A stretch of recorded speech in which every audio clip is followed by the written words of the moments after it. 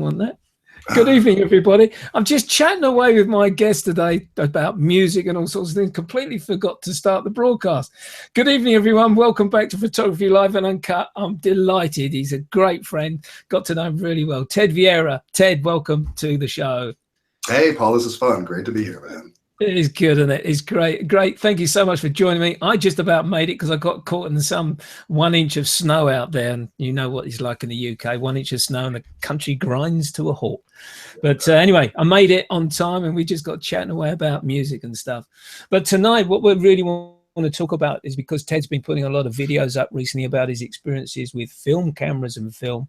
And I thought it'd be a great way to have Ted back on the show to talk about his experiences. So let's start off from the beginning, Ted. You were saying to me just before the show, it was Fuji's fault with the way that you'd gone from DSLR to Fuji that got you into film photography. Tell us about that.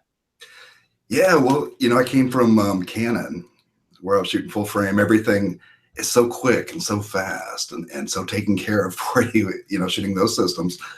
And I moved over to Fuji. And, man, you have to slow down, you know, in a good way. It makes you connect more with each shot. And so, yeah, when I started slowing down with Fuji, it made the thought of shooting film not so ridiculous. I thought, no, I can slow down a little bit more because I'm enjoying what Fuji's given me by slowing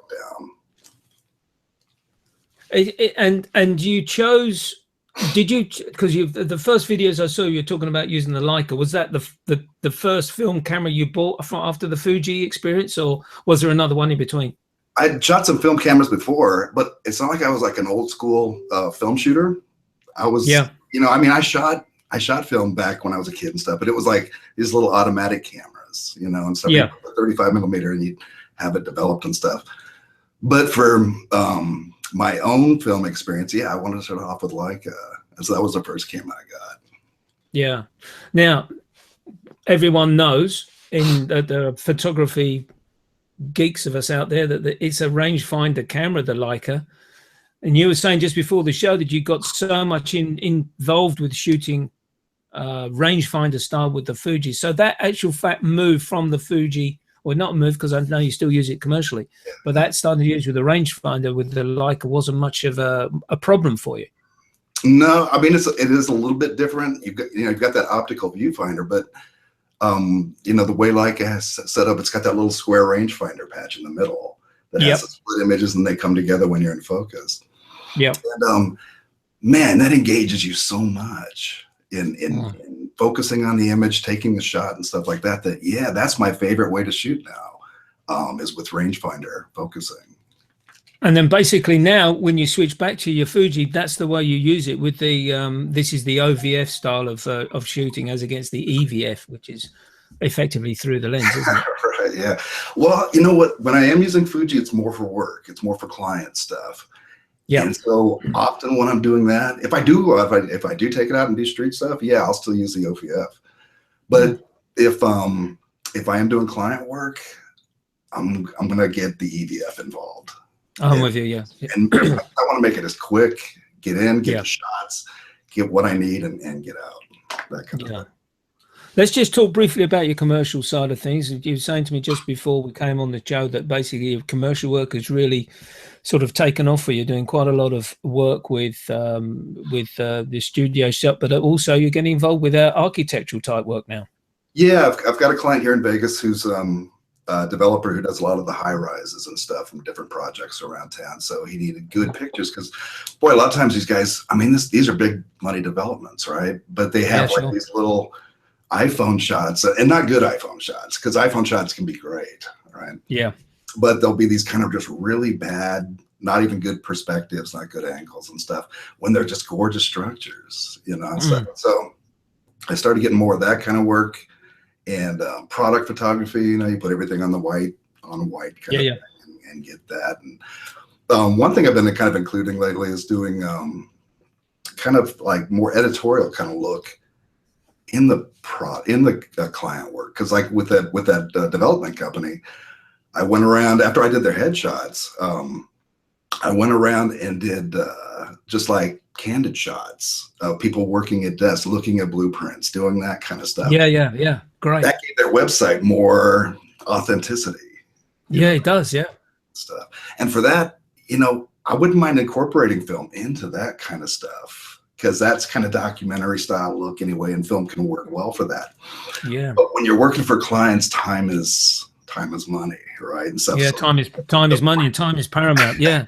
You Well, know, that's a great. Say, hey man, I developed the film and it didn't come out.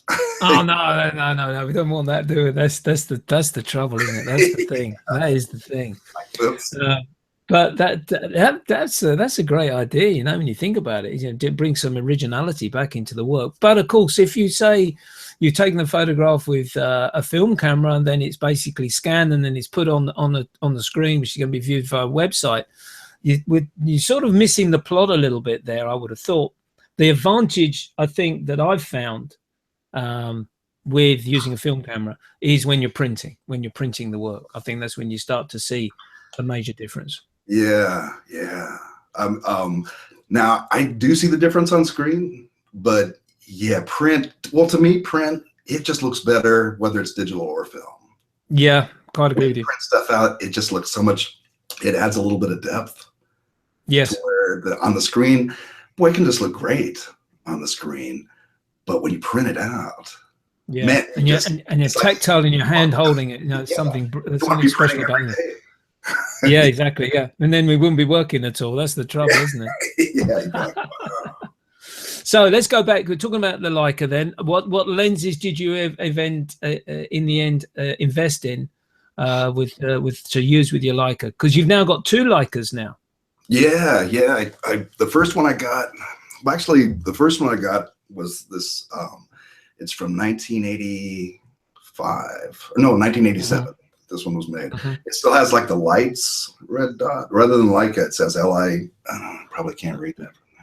Yeah, I can see it just lights. Yeah.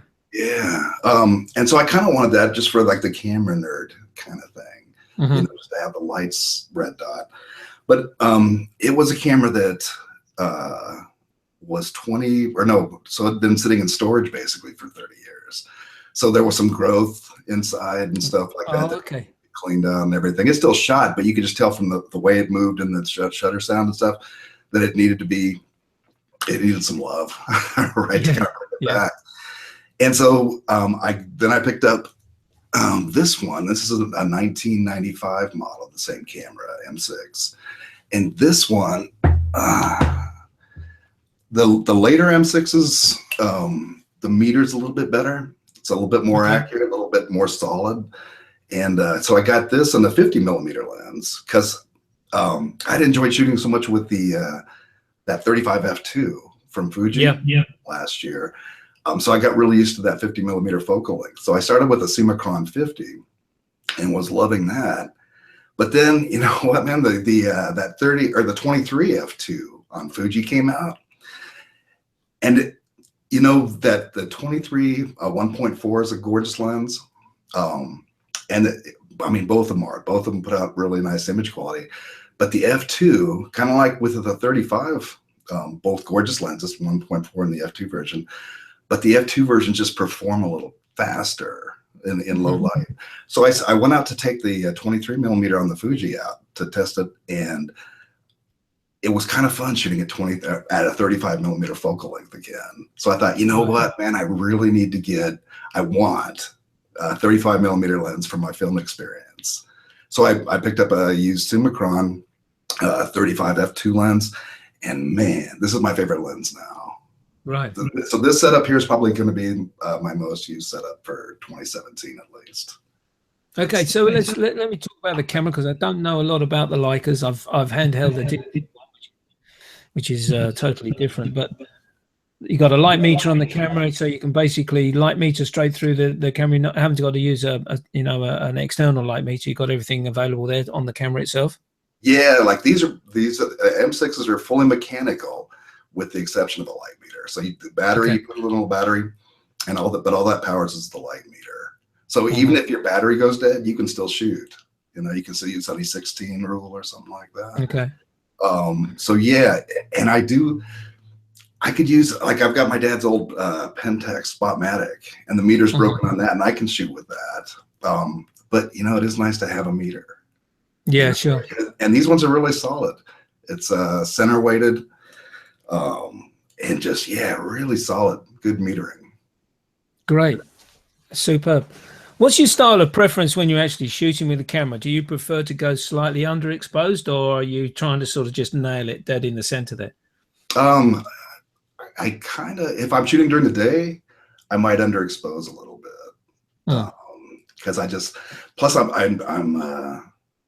pushing the film usually, to a higher ISO. So when I develop the film, it'll naturally give me a little bit more contrast, a little darker shadows and things like that.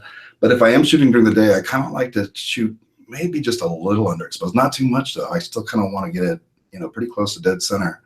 But at night, I will try to overexpose a little bit. I'm still pushing the film.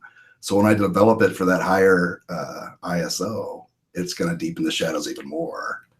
And so I will try to, I'll usually, I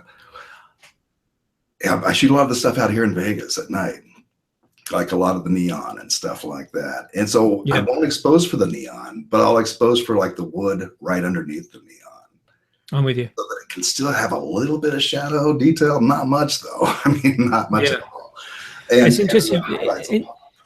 Interesting comment you make there, because I'm going to show you, and we were talking about, I started a little project myself with using my Yashica medium format. And I went out one evening and I rated the film at 800. It's a 400 rated film. I rated it at 800, but then I deliberately went underexposed again. And now you telling me that route, that's something which I'll take into consideration next time, to overexpose the film, even though I've pushed it to 800. That's a good little tip there. You lovely little segue there, Ted. We're talking about film now, and you've been through a little bit of a journey here with film and your choices. Let's talk about film. You first started off with Tri-X because everyone knows and loves Tri-X for its fine grain. What happened next after Tri-X?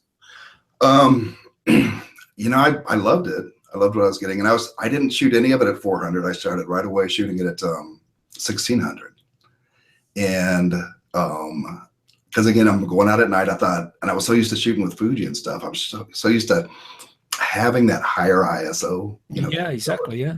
So I didn't want to go like to 3200 or anything like that. But I thought if I could at least get 1600, that should give me good shutter speeds and stuff. And so I started with Tri-X. Tri-X is already very contrasty to begin with. So when I was pushing it to 1600 at night, it was getting a little heavy, a little too heavy. Yeah. And so I was hearing, like, I watched Matt Day's videos, about going to Ilford and using like HP5 Plus.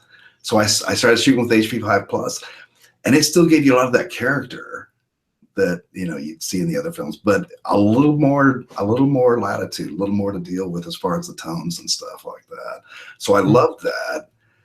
But then I thought, well, let me see what's going on in the fine grain world and stuff. And so I started shooting with I went to Delta 400, and supposed to be a finer grain, film. Pretty beautiful. It wasn't quite as exciting to me as HP5 was. And I tried T-Max, boy, clean. That's a clean film, right? A little too clean for me, just for me personally. It lacked a little of the character that the Ilford stuff and even the Tri-X had. And then kind of like what we were talking about right before the show, because I loved the Fuji film Acros film simulation in the X Pro 2. I mean, that's stunning stuff. It was noticeably different when I would bring those files in. And so I thought, well, yeah, I'll pick up a roll just to play with of Fujifilm Neopan Acros 100 speed film. But because I like higher ISOs, I didn't really get too excited about jumping right into shooting with it. So I just kind of took it out as an extra roll one day and ended up shooting it at 400. I went ahead and pushed it to 400.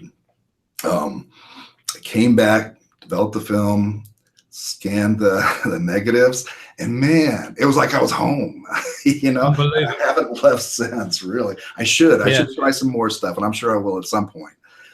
But with Acros, and it's personal connection, right? Everybody has. I think you're right. Stuff.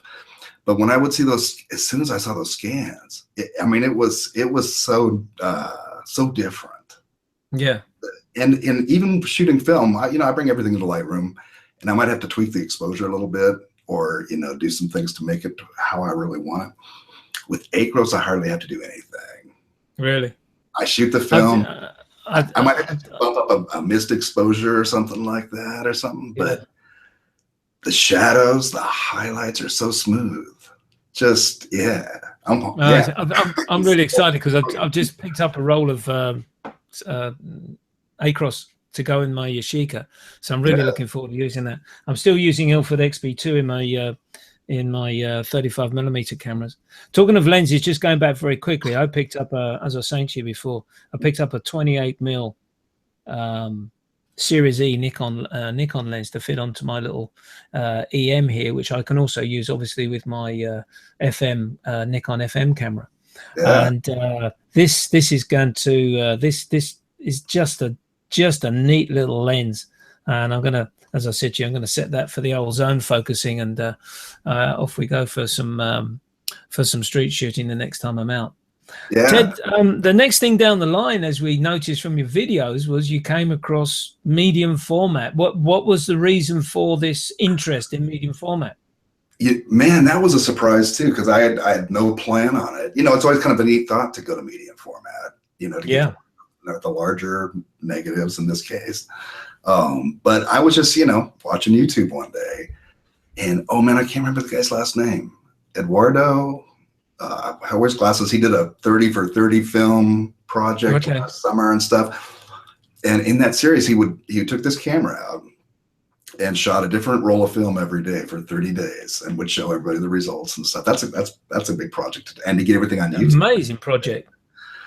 And the camera that he used was let's see, was this a Mamiya C330. Twin lens reflex, and the files looked so cool. But the thing that really got me interested is because he talked about what a challenge it was. Because looking down through that, I don't know if you can see the there. It's about close to a little over a 2x2 inch, and oh man, I remember when I talked in the video about this. Do you remember? I don't know. Did you guys have those little Viewmasters when you were kids with the little discs of slides, and you would put them in, and then you would look through the. Yeah. I remember talking about it. Big, real gorgeous 3D. I remember having a Batman one or something in back tape. It was all this real 3D stuff.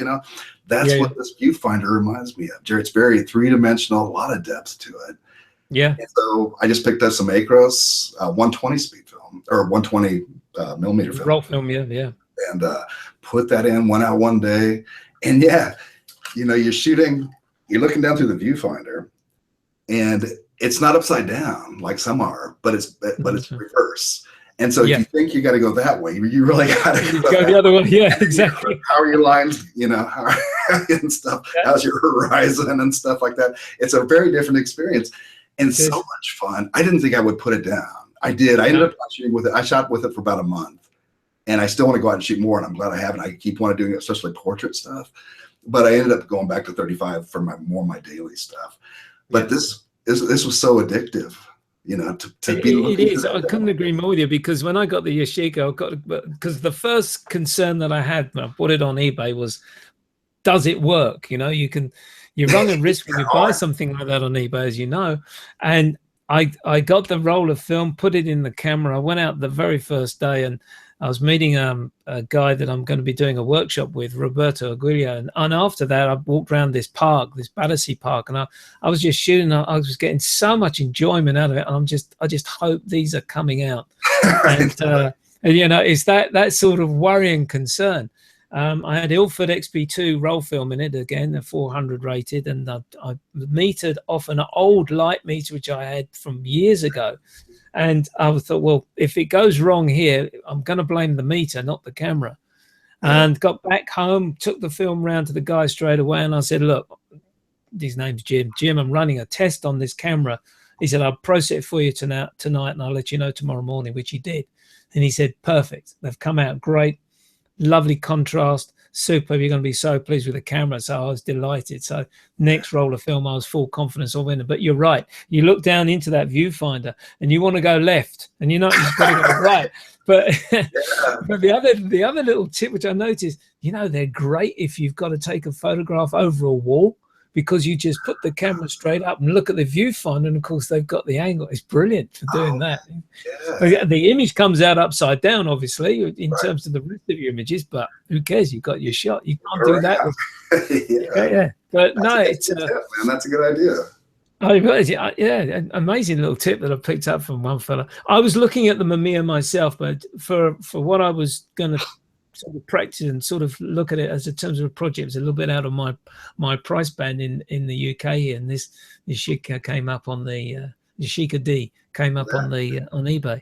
But next roll of film in that, as I mentioned before, is the A-Cross, and I'm really looking forward to using that when I go out next time. Yeah. So for you now, you got other films which you probably want to try, but is A-Cross for you? It gives you exactly what you're looking for. For now, things always change. Sure. But to me, it gives me that really just rich, silky look that I love from film. The blacks, the whites, the grays, everything just looks like I said, when I scan those images when I scan the negatives, and when it gets your attention that much. Sometimes, like, I've had other guys show me some of their shots that they're doing with Tri-X or something, and it'll look so gorgeous because of that larger grain. Yeah. And sometimes I think, like, I've shot digital so much, maybe I'm like an A-Cross because it's more of a contemporary look a little bit. But I'll see shots that somebody did with HP5 or Tri-X and stuff, and the grain adds so much to the image. Yeah. And it gives it that timeless quality, because it's not a grain generator in Lightroom or something like that. No. That real beautiful grain that people did love about film. So I might. I've got a bunch of Tri-X and stuff still, so I might go out and just occasionally, but especially for photo shoots, especially with beauty stuff and things like that, man, the A-Cross just gives it, just that gorgeous look. Really good stuff. Let's talk about papers now, Ted, because as I said to you before, I just wanted to show some guys this little project I've started. Just got a little black folder here, and I've just signed it. My nickname's Griffo, so I just signed it at the bottom there. And basically what I've done here is all my images are, I'm sort of like a hybrid printer will say that they're scanned like you do, and then into Lightroom, and then I print off. For those that are looking on the screen now, the red around each one is where I've highlighted the image which I wanted to keep for this particular one. So what I've done is I've printed this on a material called Photo Speed. This one is let me just check here. I've got written the notes down on the other side, just like a chalkboard, and the film is XB2 400, rated at 400, and is printed on Photo Speed Platinum etching at 285 GSM. Now I'm making a note of all this because I've noticed that with my printer, some weights of paper go through okay, and others the printer just doesn't want to know. So really what I'm trying to do is find out, and that's one of the final images I've gone. Now I'm just experimenting here with regards to settings in the mono setting. This one is given a little sepia type effect to it. I've done a in the tonal highlights, I've set that to 33.5, so that's sort of a little bit on the yellow side deliberately to try and combat the way the printer goes. So then from that material, and I'll just show you one more print, and then we'll talk about your material, Ted. This one is done with a luster type material, so it's a little bit bright, as you can see, in terms of what we're looking on the screen here. And this is a Photo Speed Photo Smooth Pearl at 290. Now the 290 goes through the machine no problem. The 285 is a swine to print from. And this one, in actual fact, is for XP2 400 again, but rated at 800, taken at night time, and you can just see the luster on the shine there from my lamp. and that was a silhouette of a light going through there. So a little bit warm, we'll say, a little bit on the sepia side, which I think I'm in the process. But the idea of that book is basically to experiment with the film rating, and obviously to play with paper and to get the editing right in the machine. Have you got some prints there you can show us, Ted? Yeah. Now I'm printing everything here. The printer that I'm using it's actually a friend of mine's who left it here a couple of years ago and just said, keep it. Oh, lovely. But it's Canon's Pro 9500 Mark II. Okay. And which is very cool because the only printer I was using before was like a desktop, 8.5 by 11, largest format kind of shot. But this one, I haven't ever used it for color, so I can't comment on that and stuff. But man, I love the way it does black and whites. And here's like the largest format you can print with it. And this is like a 13 by 19. Yeah. And that's acros. That's a photo shoot a couple weeks ago with Geneva. And fantastic. Let's see. This is a shoot I did a while back. Actually, when I first started shooting with acros film, I called this guy because we shoot together every once in a while. And I come over because I thought, man, this is just going to be beautiful for a photo shoot. And I love this because, I've got a lot of digital photo shoots with Johnny here. But man, the film, because I like that older look. I like that, you think back to like the guys who were doing even fashion back in the 70s and 80s and stuff like that. And it's just got that more realistic, the depth to it, that kind of thing. So, and that's 13 by 19, and that's the largest that printer will shoot. And here's just 8.5 by 11. But again, just, acros, just beautiful, gorgeous tones. Here's my nephew Noah. Stuff, and that was like last summer. And I've got a ton of shots of him on digital. And I remember when Geneva came over, we did the candlelight shoot, and I said, well, we're going to use film on this. And I showed her like a picture of Noah similar to this, but it was on digital. And then I showed her the film shot. She was like, wow, I've never seen anything like it, because she's much younger and hasn't seen that much film photography. I didn't say anything while you're showing the prints up. I know you got more to show. Just want to say briefly, the tonal range in that and those prints are just outstanding. Man, you've got the black and you've got the white, but you've got a beautiful tone in of her skin there. Yeah, you were showing the image. This is a guy we do some gigs together every once in a while. Bob Bonnet, he's a flautist here in Vegas. And just, like you said, the blacks, the grays, the smooth mid-tone. And I find like also, and this isn't, I don't know if this is film's fault or not, but I edit less with film. Even skin smoothing or anything like that. I agree with you on that. I edit less as well. I think it's, what do I know? But I think it's because it's there and it's in the scan. And I'm just doing a little bit of tweaking, maybe a little bit of contrast to add a little bit, and I'm just doing some spotting to get rid of some dust marks which would come through on the process side of things. But yeah. I'm not doing as much as I would do with a digital image. No, I agree with you. Even with some of the street stuff I'll do, like I'll take pictures like old cars like that, because old cars on film, it just looks authentic. It does. Like, it's super sharp. Here's like some of the Vegas, more the sparkly stuff I've been doing lately. And if you go to the, I did a post on Facebook and Instagram yesterday by an old shot of the El Cortez, one of the casinos downtown here, and it's an older casino. It's not one of the big high-rise ones and stuff. And if you go inside the El Cortez and you walk around, you look at the walls, you see these old photographs from, I'm guessing the 50s, because they had like Elvis and Liberace and the Rat Pack and stuff like that, of guys who used to perform there and stuff, and Milton Berle, playing the spots, and it's just gorgeous black and white photography. And when I see shots like that, it reminds me of that. It's exactly, like, what year was that taken? You can't really tell. Those prints you've just shown us, Ted, what was the paper that you were using for your print? For the large stuff, I don't know if you can see this. This Canon's. Right. Okay. So luster. Yeah. Luster. And that's, I do like the quality of that. The other stuff is like HP.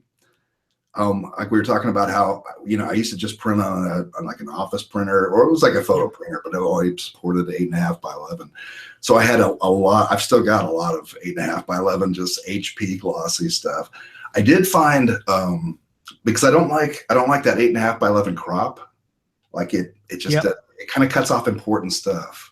Yeah, I'm with you. So I was looking for something, even if I didn't want to go necessarily to 13 by 19, I found like 11 by 17, which is pretty much the same ratio. I was hoping I was going to get that yesterday, because then I could show some of that stuff. But there was I don't remember what the brand is, but it's supposed to be kind of more of a fine art type luster paper. I got to go over to UPS and pick that up today. So that's the kind of stuff that I'm using. So when you're printing, you're basically looking to do it full bleed. You're not looking to sort of reduce the size of the print within the paper. You just is full bleed to the edge, print to the edge. Yeah. I mean, that's what I'm doing now. Like I said, everything always changes. I might change it up. So sometimes I look at things and it doesn't nice to have like a thick white artistic border around it and stuff like that's nice too. So and just remind me, the print you use is the Canon 950 Mark II. Did you say 9500? Yeah, Pro 9500 Mark II. Yeah. And you don't have any problems with printing mono? You don't have any color casts or anything of that nature going through, or have you found a way to correct that?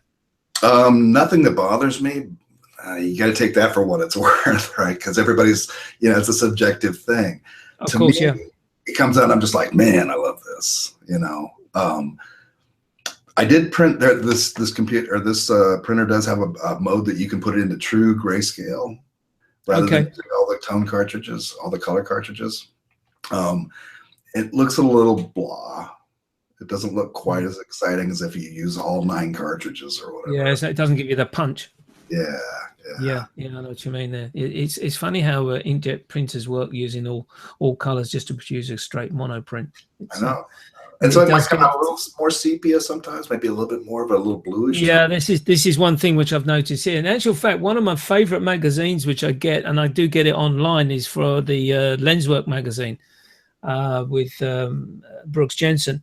And a lot of the work that is printed in there is that slightly creamy, slightly sepia type look, and I do like that effect. But I want to try and, if I can, reduce that sepia effect that I've got on those prints there down just a tad more. So probably just reduce the saturation a little bit to counteract, which I think comes out of this particular print I've got, which is the Epson 1900.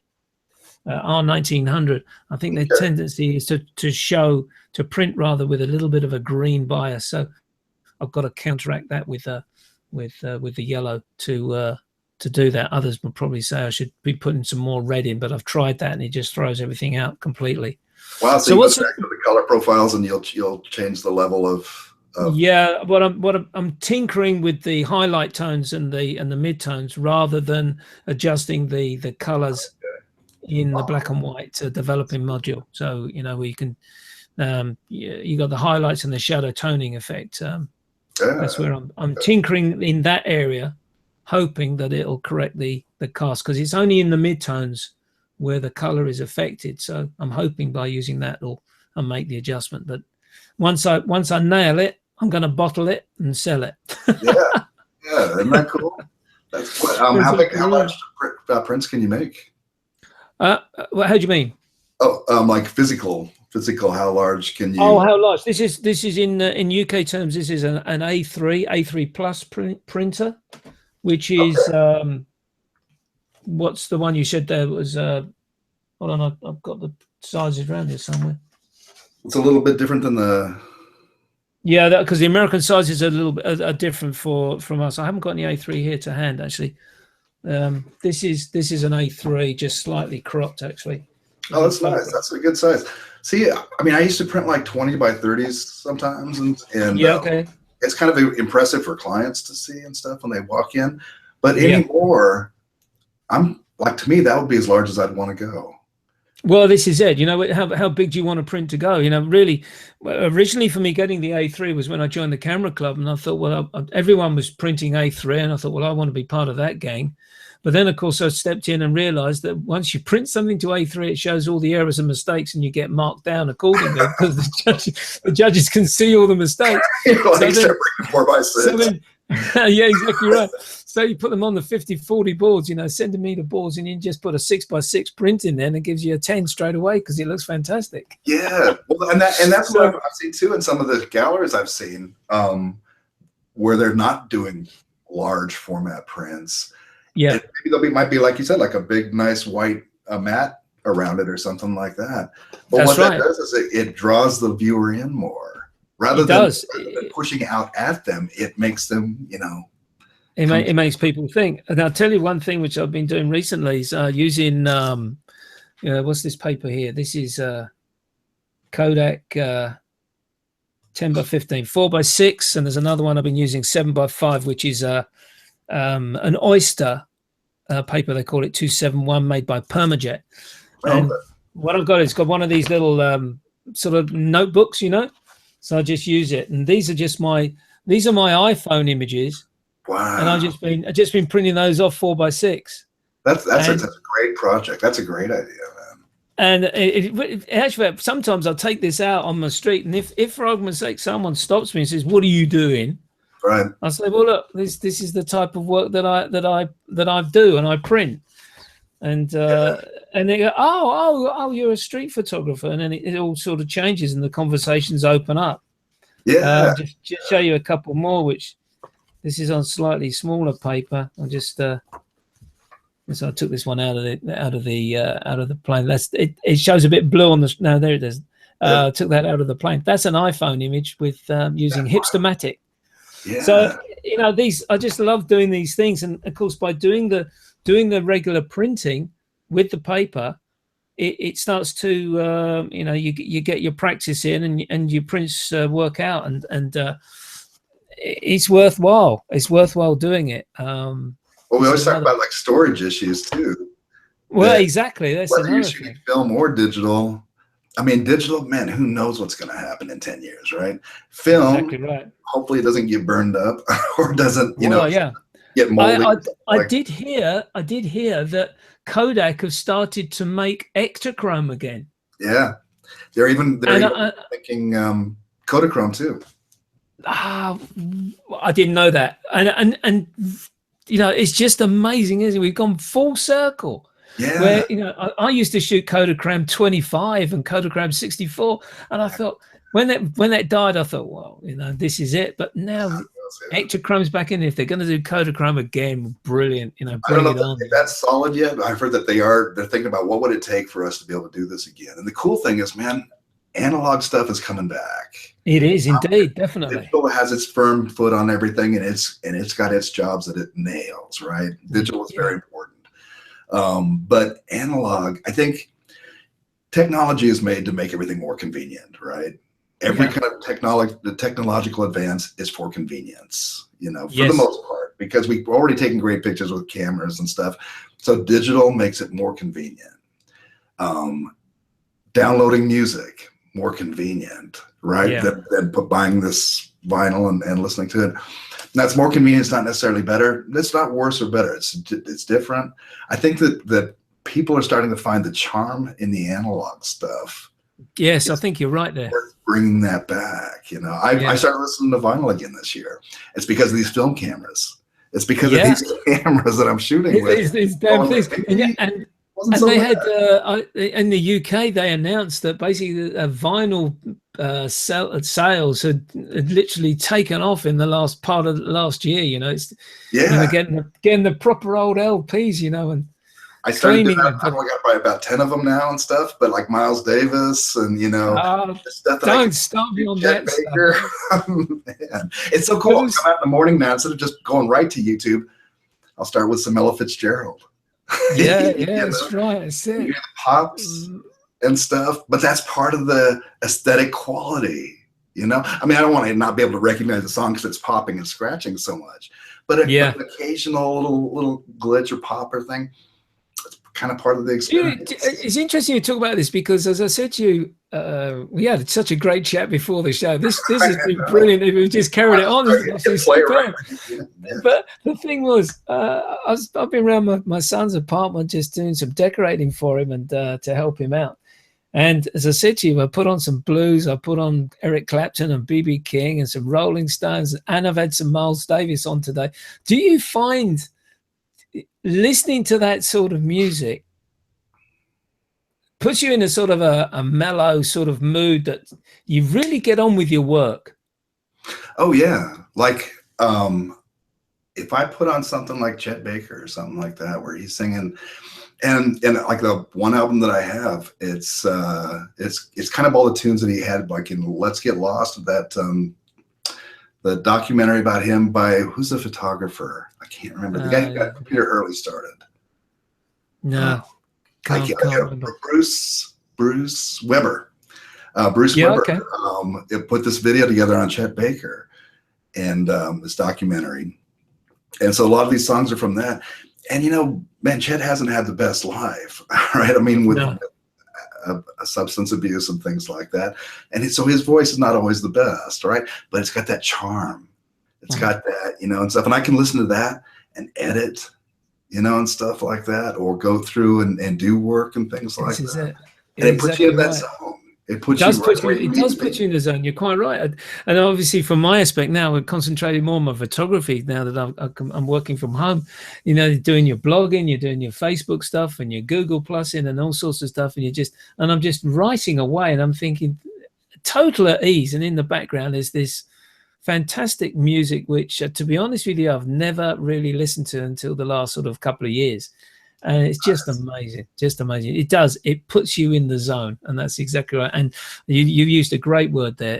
It's charm. It brings a charm to what we're doing.